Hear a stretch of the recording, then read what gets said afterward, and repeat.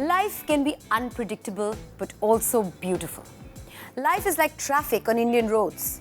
You have to look both ways to survive. And as Mel Brooks once quoted aptly, hope for the best, accept the worst.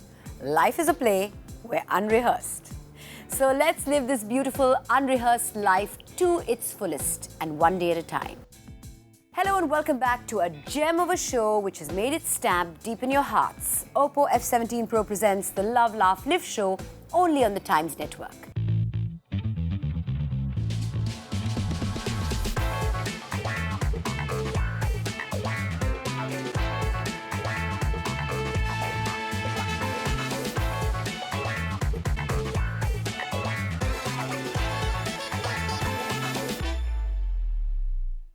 Hi, I'm Mandira Bedi and my guest today makes me want to change the name of the show from Love, Laugh, Live to Love, Love, Love.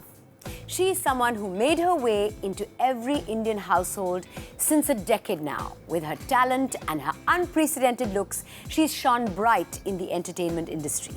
Starting her career from television as the almighty herself, India's favorite Nagin, the girl with a heart of gold. Please welcome the gorgeous, the multi-talented and a very dear friend, the magnetic Mouni Roy. I can't believe you gave me that introduction. There's a small correction though, not your dear friend, one of your best friends. Yeah, well, you know, I wanted that to unfold as the episode went by. Absolutely, but let me tell you guys, all the adjectives she's used for me, she's all that and much more. And you inspire me every single day, and you give so much love, and you teach like everybody around you with all your heart and soul, and you really mean everything that you say, and you listen to everybody so ardently and help everybody in whichever way you can. Come on. So keep being that, and I'm so happy today to be here on your show. I love you. Thank you for all these wonderful words. I don't deserve them, but for me, I've been so excited about today because all roads lead to today for me. This show with you. I'm so happy to have you on. Me too. I'm very happy to be here. I know so much about you, but I'm going to get to know some more because I have to tell you my research team is very strong on the Really? show. Yes, Wow, yes. okay. I would say you would describe yourself as a reader, a traveler, a foodie. So how has that gone in these last few months of lockdown? I think I've done all that and much more. I only knew how to eat, now I know how to cook.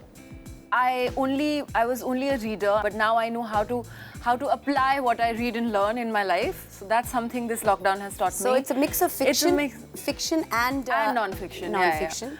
Yeah. And traveling, yes, I think I'm one of those very few people who was across 3 countries this lockdown. I was in Dubai and Abu Dhabi first, then I went to London for work, and then we went to Maldives and back to Dubai, and now I'm here. So I think that's worked out I really can't complain, you know. This pandemic has both been a purging and a curse.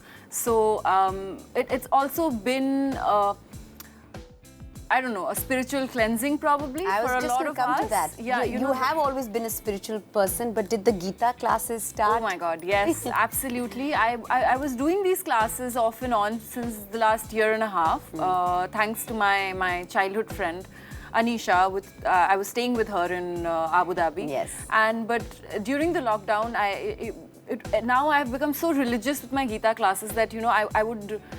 Unless it's work and I'm shooting, I'd miss anything for my those 2 hours of Gita class every week.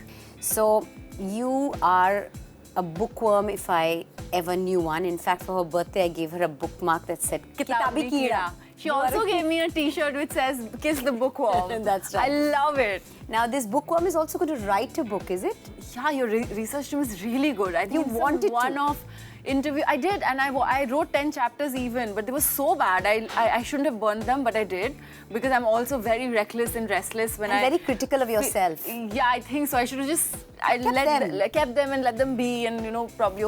But, you know, I guess we change and evolve as people a lot. Earlier on, I wanted to write, and I thought, you know, I needed to do a course, create creative writing course or something, which never happened. So and a writer friend of mine told me, you know, Mouni, there are lots of unfinished books than there are finished. So give yourself 2 or 3 months and write it down. But you know, work started again, and you know, I started working and shooting, and you know how television functions. You barely have time to sleep. No, but with all the spiritual books you're reading and the fact that you're doing these Gita classes, I think that corner, we're about to turn it right now, very soon now, I and hope so. you will be putting pen to paper sooner than you think. Thank you. Now, you started with television. What was the whole Nagin experience like? If you could just tell us in a little, like... Yeah, Nagin was madness. Nagin is a show that, well, it was, you know, when it started, it was me, Arjun, Sudha ma'am, and Ada. It was not only a roller coaster ride. I think that show we gave our blood and sweat to. Like literally, we have ran across Film City and barren lands and barefoot. And at that point of time, there was no reference point for a TV show. Yes. Which is why we thought you needed to be as organic as possible. I remember Ada falling off a tree and scratching herself completely. Also, you know, because it being a fantasy fiction, there was a lot of stuff that was very, very, very outlandish. Yes. And we had no A, reference point, to B, we still had to do it with so much conviction that people actually saw and believed in all those things. And initially we were very shocked and surprised how much it was accepted and loved. And it was like cult following. Yeah, but slowly we realized, you know, what happens with the fantasy fiction is, you know, it has no, fact that it has no relatability is a lot of entertainment, which is what I think happened with the show, and which is why it was a huge success. Let's talk a little bit about Brahmastra. You've been a part of it. It's been quite a few... It's been a while that you've been shooting it. Any update that you can share with us? Maybe can you tell us something about your character? So, no, I have finished filming it. It was a film wrap for me a few days back, and I cannot tell you what an overwhelming experience it has been. Well, the character that I play, the people that I have worked with, the people that I've gotten to know during these last 3 years, that's precious. It's always going to be. This film project is, you know, it's really, really precious and special to me, and I cannot wait for you, especially, and all of you all to watch the movie. Okay, now, London Confidential is your debut on the digital on OTT. What was that experience like? And you know, while everybody was sitting home and stepping out only with masks, there you were shooting. That is a very blessed place to be for actors during this time. So tell us about the experience and how you enjoyed it. And do you find it different from television? Different from television, yeah. More, only because, you know, there's a bound script. Everything is also the hours are less. But in terms of the amount of hard work that you have to put in, I think there's no shortcut to hard work. No. So you have to put in the same amount of effort and work towards the role that you're playing and the character that you're portraying. So it was that I can't really differentiate, but yes, the process is slightly different. How you kind of work on a character is slightly different. Yes. That's all. And thankfully Purab was there, so that was a great association. Our collaboration. Have you worked with him before? No, no. In fact, we were in Jhalak in the same season together. Right. So knew each other. 6 years back. Yes. We'd met. So it was very, very nice. Our Kaval sir, our director, he's also he's very, very good at what he does. So a few things, tricks that we we both learnt from him. So it was a very good experience. Also London and summer, the weather was beautiful. So couldn't have asked for more. So possibly another one coming up? Or well, I'm shooting for one, but I can't really talk about it because the makers haven't announced it yet. So there is more. There is more where that came from. Yeah. Guys, this is just the beginning of something great. It's time for a break, but after this, we'll be back with Mouni and we're going to ask her about her marriage ideas and her love life in the next segment of Oppo F17 Pro presents the Love, Laugh, Live show only on the Times Network. Don't go anywhere. Are you the kind to stay friends with, like, ex? No, no contact. I mean, if you're walking ahead, keep walking ahead. There's nothing in the past. No Why need to look back. Look back.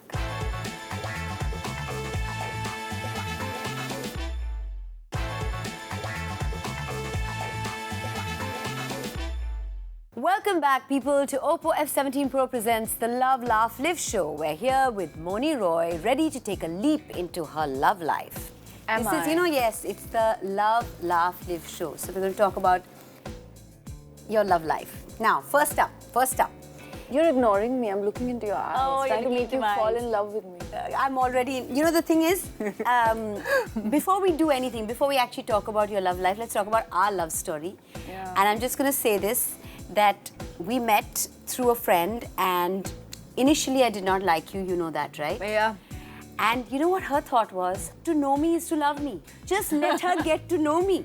And then everything's going to change. And here we are. No, I used to love you from, I've told her this. So I've always loved M. I loved the way she looked, she spoke. She's so soft-spoken. No matter how angry or sad or happy or excited she is, she has this balance, and that's an art.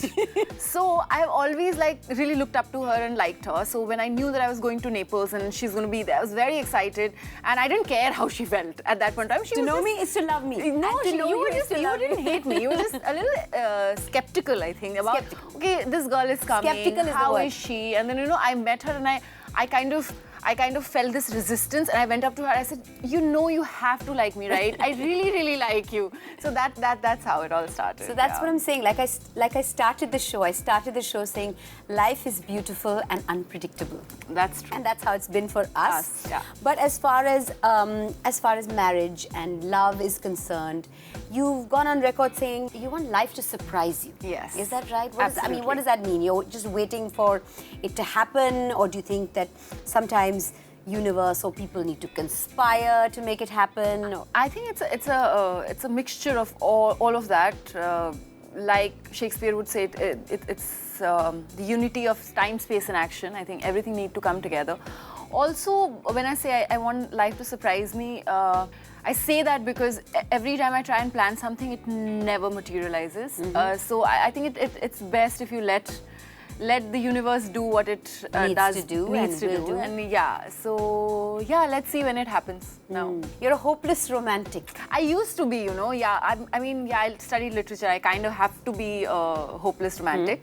But now I'm becoming a realist. I think life and experience kind of does that to you. No incident or person or anything has made you feel that way? Nothing at all. I just feel romance kind of solidifies and becomes mature if you kind of have a slightly practical approach towards it. So you don't have any unprecedented expectations, and you can get away with. It's almost like letting go of some of the attachments towards a relationship, or romanticizing pathos when you don't need to. So everything that's not needed, you kind of let go of that. And a mature romance is, I think, with less expectations. With less expectations is way more beautiful and far superior than hanging on to the lousiness of romance, and that actually can hurt you. In December 2019, you said you are single and not looking to settle down anytime soon. A year and a pandemic later, are things the same, or would you say that you know or can identify someone as your Jeevan Sathi? Usually don't talk about my personal life on national television, but Share what you can, share what you'd like to. All I can say is I'm in a good place in my life, Okay. so it's So, nice. would you be able to share with us what are the qualities you would look for, or that you'd like your Jeevan Sathi to have? I used to have these concepts and constructs about the kind of person that I would want to be with a few years back. I think you can't really decide the kind of person that you want to be with. You fall for who you fall for. Yes. But a few... That's a very practical approach. A few basic virtues that I would want my man to have would be honesty, respect for his both his elders and people around him, and somebody who I can really, really look up to and respect and learn from. That would be the way. Also, somebody who's really funny. I was just going to say... Great sense of music. I can go on and on. Everybody says sense of humor, but boyfriends and girlfriends and husbands and wives don't end up telling each other jokes. But yes, he should be fun and funny. Funny, yeah. Yeah.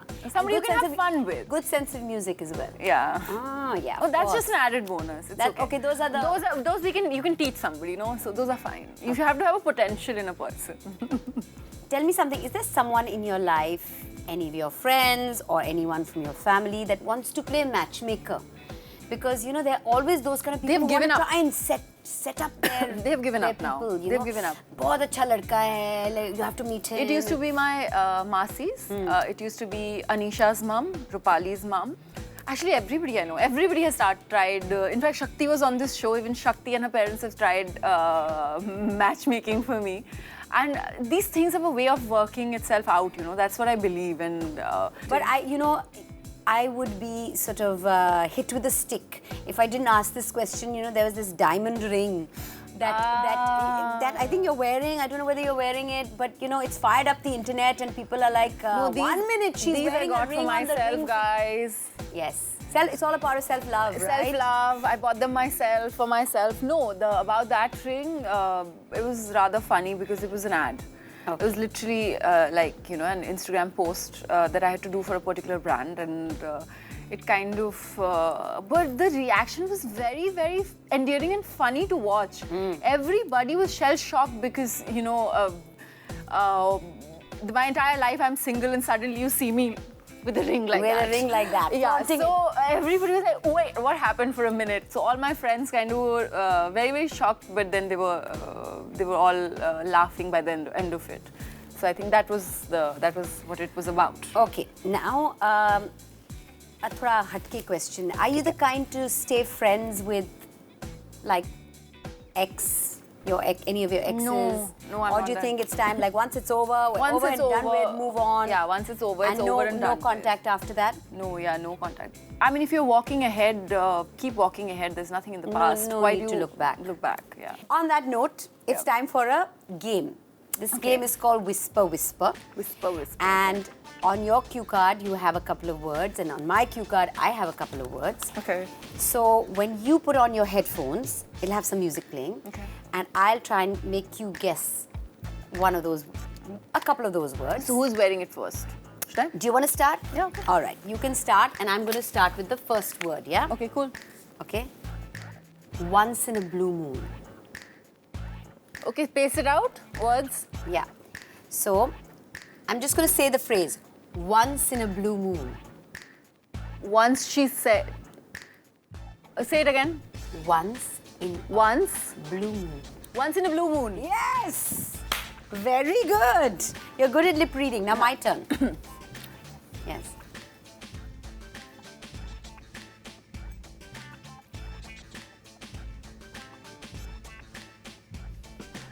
Okay, do it slowly. Do it slowly. Speak.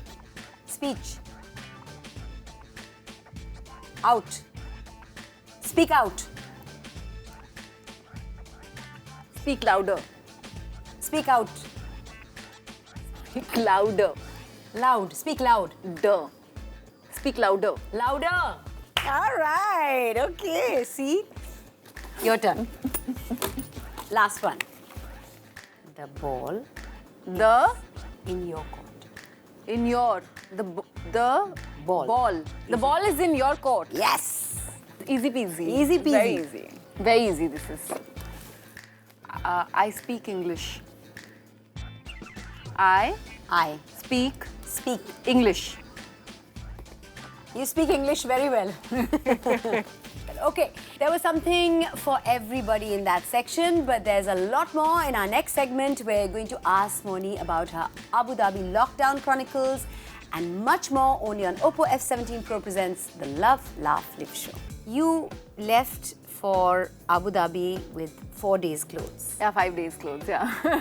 And आप तो बस NRI बन गए virtually. मुझे NRI बनने का बहुत शौक था.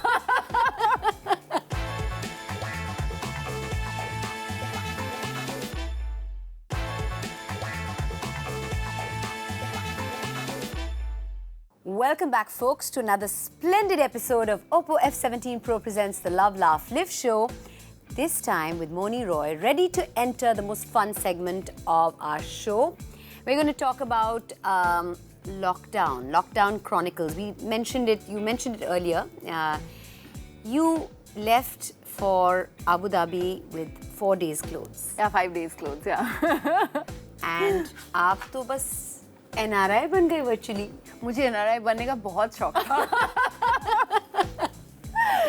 No, it was I think at that point of time I was very, very nervous and anxious, but I think it's the funnest thing that has happened to me in many, many years, that, I've gone somewhere for 5 days and I ended up staying there for 7.5 months, almost 8 months after I came back. How did you recover from that? I mean, obviously you bought yourself a whole new everything. Yeah, but initially, no, where? First 2.5, 3 months, I was literally wearing Anisha's night suits, and, her niece is 14 years old. Thankfully, her clothes fitted me. So I was on her clothes, and, whatever basics I needed, I ordered online. Yes. So, yeah, that was that. And it was quite liberating, I must say, to go there, not have anything. But you left at a time when things were really looking very uncertain, and you probably took one of the last few flights going out of India. That was my stupidity and ignorance. That was definitely because I genuinely thought that even if, there wouldn't be a lockdown. I didn't really expect a lockdown. I thought, if I could come back, there'd be 4 days of quarantine, and that would be that. I didn't really expect a lockdown, which is why I thought, okay, even if I go back after a week or two, it would be fine. But I left on the 13th of March, I remember. I left after a shoot, and on the 20th or on the 21st, they announced a lockdown in Bombay. What does travel mean to you? Liberation, learning, sort of cultural exchange. I love meeting new people, going to new places, learning about them. So it's not just one thing. I think it is very wholesome for me. It's an experience that I would never want to stop having in my life. Are you a beach person or are you a mountain Both. person? I don't want to choose anymore. I used to say, there were times when I used to feel like I'm a beach person, and there were other times where I felt like, mountains and forests call me out. I have just realized nature is sublime. There's just sublimity. You leave anybody in between nature, and it's so healing. I know you're a beach person. I'm a beach person. Yeah, completely.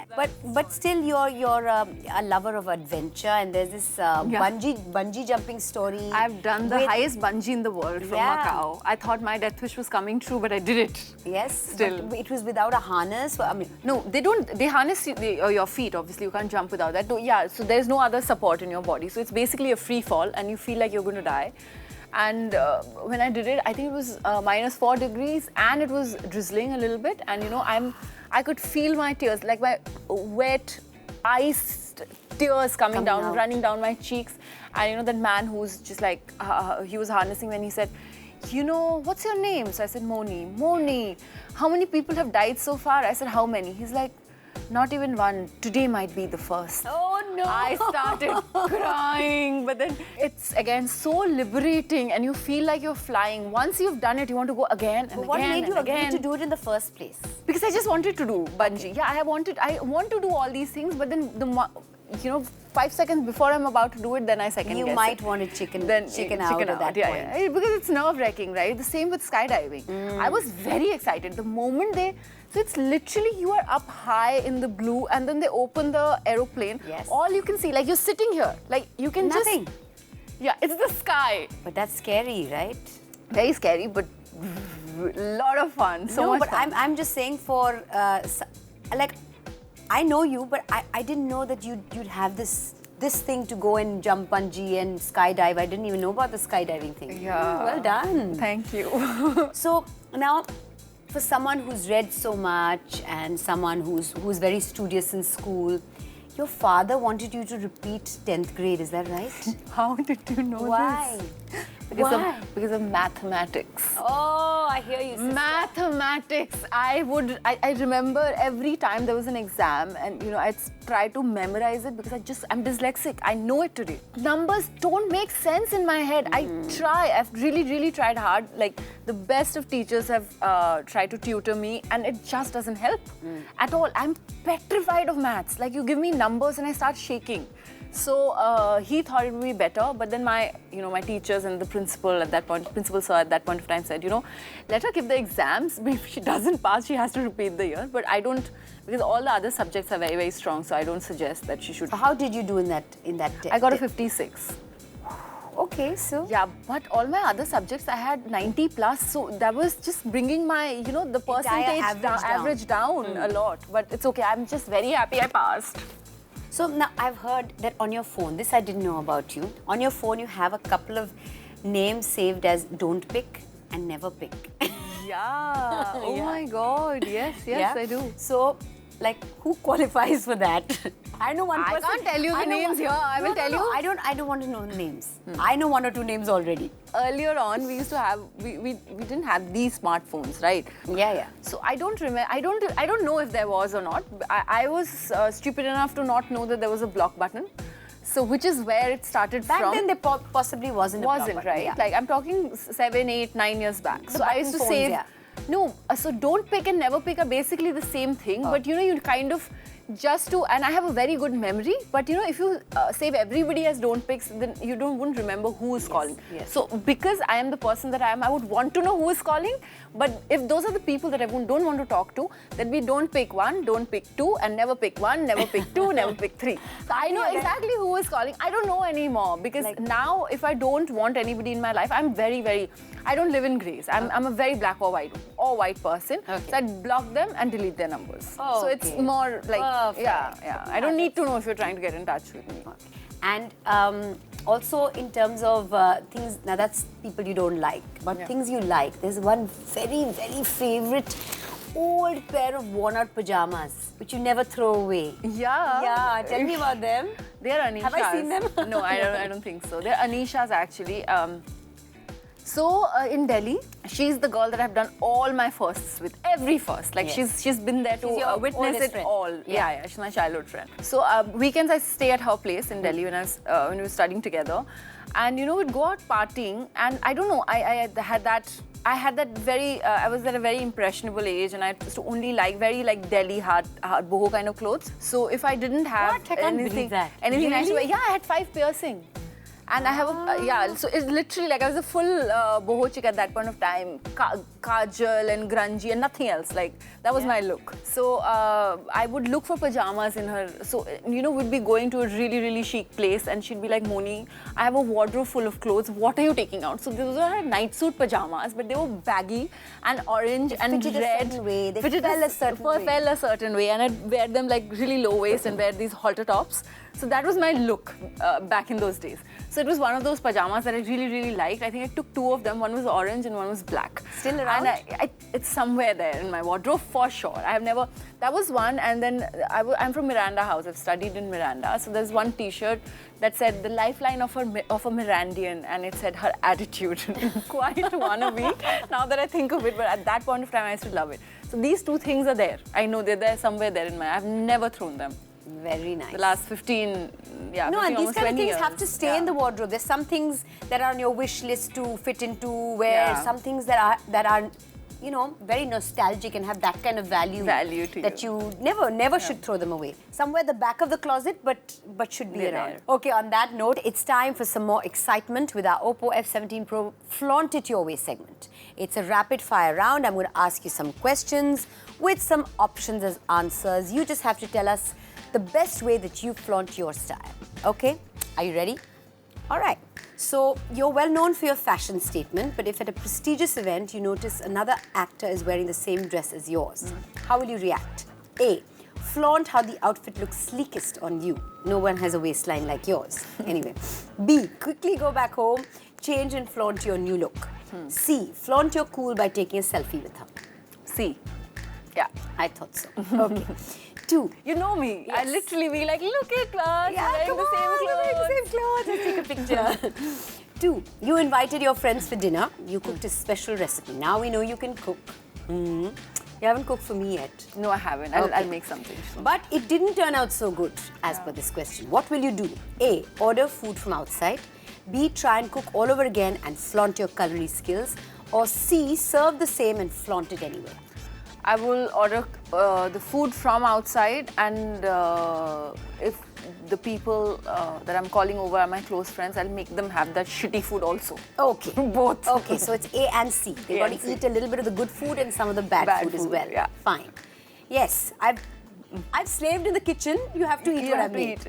Okay, 3. If you're out with your family on a vacation and to spend some quality time with them, but you have fans following you there too asking for a selfie, what will you do? A. Wear your sports shoes and run, flaunting your fitness. I'm not. that face was that. Yeah. B. Hide in your resort. I don't think it's that either. C. Flaunt your style and take a picture. Take a picture. Of course. Yeah. Okay, 4. Your fans and social media followers are pleading you to reveal your fitness secret in your next video on social media. What will you do? A. Flaunt your fitness and let it be a secret. B. Share your fitness secret. C. You say you were born fit, so you sleep all day and do nothing. I'll just be very honest, I think. I'd just tell them how I do a little bit of yoga and yeah, I tell them what I do. Okay. Yeah. Okay. A, right? Yeah. Yeah. But it'll not be. Share your fitness. But it'll not be the exact way because I don't have a fitness secret. Okay. Well, whatever it is that gets you to look like you do. Okay. That. Okay. After a stressful day, what is the fastest way of charging yourself? A. You go for a swim. B. Indulge in yoga or meditation. C. Something else. In yoga and meditation sometimes, and I think it's sleep. Take a hot shower and go to sleep if you're very tired. I love it too. So something else. Yeah. That was so much fun, Mouni. Thank you very much. You truly know how to flaunt your style.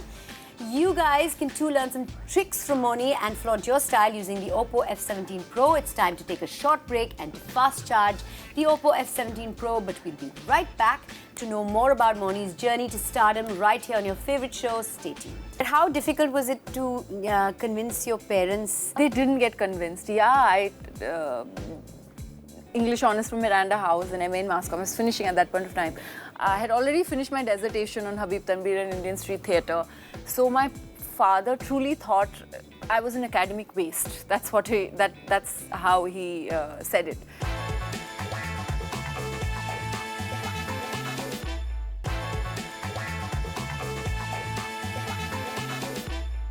Welcome back, everyone, to another splendid episode of Oppo F17 Pro presents the Love, Laugh, Live show.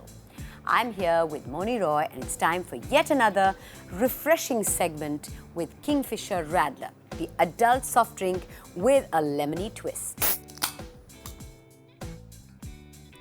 Cheers. Okay, so now your journey from television to film has been a beautiful one, an interesting one. What would you say in your years in entertainment would be the highlight? I think it's very different for people who have followed my work and kind of supported me. Than for me, my highlights were, it started with the first dance reality show that I did called Zara Nach Ke Dikha, then Jhalak Dikhla Ja. Nagin definitely was the biggest turning point of my career, and then Gold, and I still genuinely, truly believe from the bottom of my heart that the best is yet to come, and I'm looking for that once in a lifetime kind of a role that is yet to come my way. What kind of role would it be? I know it's very hard, but people ask you that question. What kind of role would it be? Play the life of a dancer, and so a dance, like an Indian Broadway musical. Something so like that. There you go. Yeah, so you're putting it out there. It's nice to also put it out there sometimes, saying this is what I want to do, and the universe hears you. Yeah, please make it happen. Please make it happen. Please make it happen for her. Now you come from Cooch Behar. It's a very, very small town. Your mum was the one who used to say, "Chalo, do the dishes," and your dad was one who wanted you to pursue the arts. He wanted you to dance and sing and act. So how did you find a balance there? I think, my mum is also very progressive. It's just that she truly believes, like now, I think she's the happiest she's been with me in her entire life because I know how to cook. So that is a balance that my mother wanted me to try and balance. And I wish and pray that I had listened to her more. Because, you know... Every human being should know how to cook, man or woman. Man or woman. Yes, yes. But my father was very peculiar that way. Out of his love for me, he'd just be like, okay, yeah, don't let her do the dishes, or don't let her cook, she'll burn her hand, or, you know, something will happen to her. I was very accident prone, honestly, which is why I think he said what he said. Also that, you know, he thought that, you know, the primitive years were very important for me to shape my life in a way that I would want it to go further. Yeah. So it was very important for me to know what I liked doing and what I didn't. Tell us about your first audition, because that's a very... It was for Kyunki. Yes. So I was walking outside the uni and, you know, somebody tapped my shoulder and said... So somebody just saw you and said, will you come for an audition? Yeah, we were 3-4 of us were walking outside our uni and somebody tapped our shoulder and they were doing the audition very close by in a go down. So because they called like a lot of people. When I entered, there were it looked like there were thousands of people. Now I don't know the, you know, sometimes you exaggerate in your head. Perspective of exactly how many there were, yeah. So, and I remember entering and I said, you know, I have college tomorrow, I can't wait the whole day. So they said, acha, theek hai, you wait. And then they gave all of us the scripts and he wanted me to do girl positive. But the girl positive lines were very difficult, I still remember. And like Shuddh Hindi, and that point of time, you know, you kind of, you get, it's not like you don't watch TV, but you know, in college, who watches like, you know, TV and you do stuff, right? You're busy, you're doing stuff. So I didn't really, that time I was not very familiar with the language, even when my Hindi was okay, but then the girl negative lines were very, very easy and it had some attitude and I felt like I'd suit that more. So I did that and I came out. But then I have the face that I do and then Ekta ma'am, I remember Shivangi was the creative head at that point of time and she told me much later that when I saw you, I knew that Ekta would stop at your audition and which is what apparently happened. And when they gave me the backstory, Ekta ma'am said, who's this girl? Cast her for this and so on and so forth. You did girl negative lines but got the role of girl positive. Positive. Because you are a positive girl. But how difficult was it to convince your parents? They didn't get convinced. Yeah, English Honours from Miranda House and MA in Mass Comm. I was finishing at that point of time. I had already finished my dissertation on Habib Tanbir and Indian Street Theatre. So my father truly thought I was an academic waste. That's what that's how he said it. And Anisha said, "Are you mad? No, your mom and dad are right. You can't leave your studies and go. And you know, or you even if you come back and sit for your exams, it's not going to be the same because education is education, and which I agree with. Yes. So I was deciding, okay, fine, I'll just let it go. Probably, if I have to do it, then I'll probably go to Bombay, try properly for films and stuff. Yeah. That was the plan.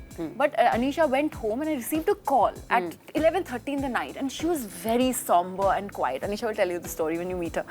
She said, you know, I spoke to mom and she's saying you should go.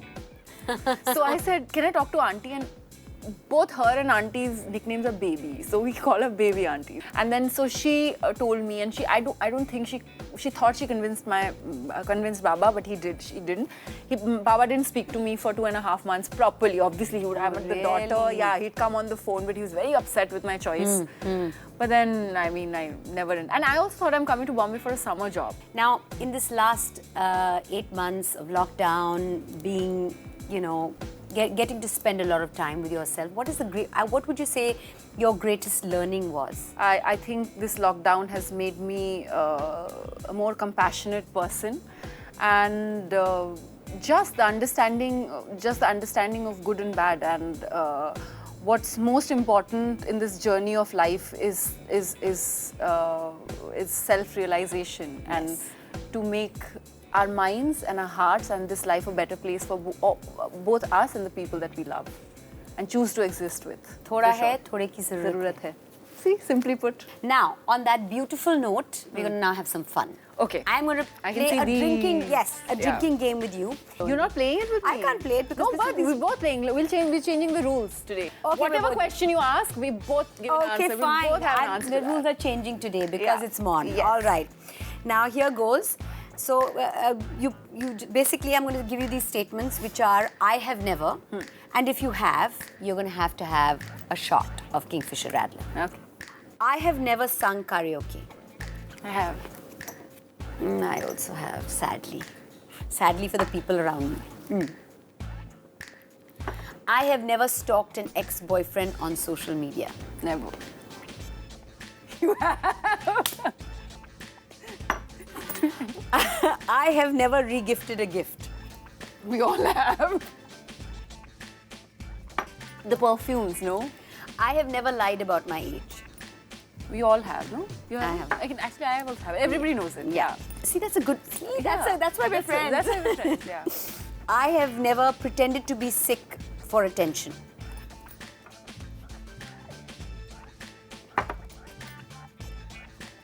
I have never gone to a strip club. Come on. Yeah. Vegas. I have never been on a blind date. I would have wanted to, but no. I haven't either. I have never created a fake account on social media. Never. Neither. I have never fallen asleep on set. Of course I have. I've done That's a TV part of for our lives. 9 years. Yes. I have never pretended I was sick to skip a function. Of For course sure. I have. Okay, we did well. Both of us did well. Yeah. So that was fun and that was refreshing. And I feel I know you a whole lot better now. That's a lie. No, there were a lot of questions that you know, I hadn't asked you Yeah, in, true. in this time that we've known each Yeah, other. yeah. So I have gotten to know more about you. After this, your fans are also going to know about you, more about you, Mon. And all of you, please don't go anywhere. We still have to reach the end. We're going to be back after this break for our last fun segment only on Oppo F17 Pro presents the Love, Laugh, Live Show. A movie title that would best describe your day. Singing in the rain. Oh!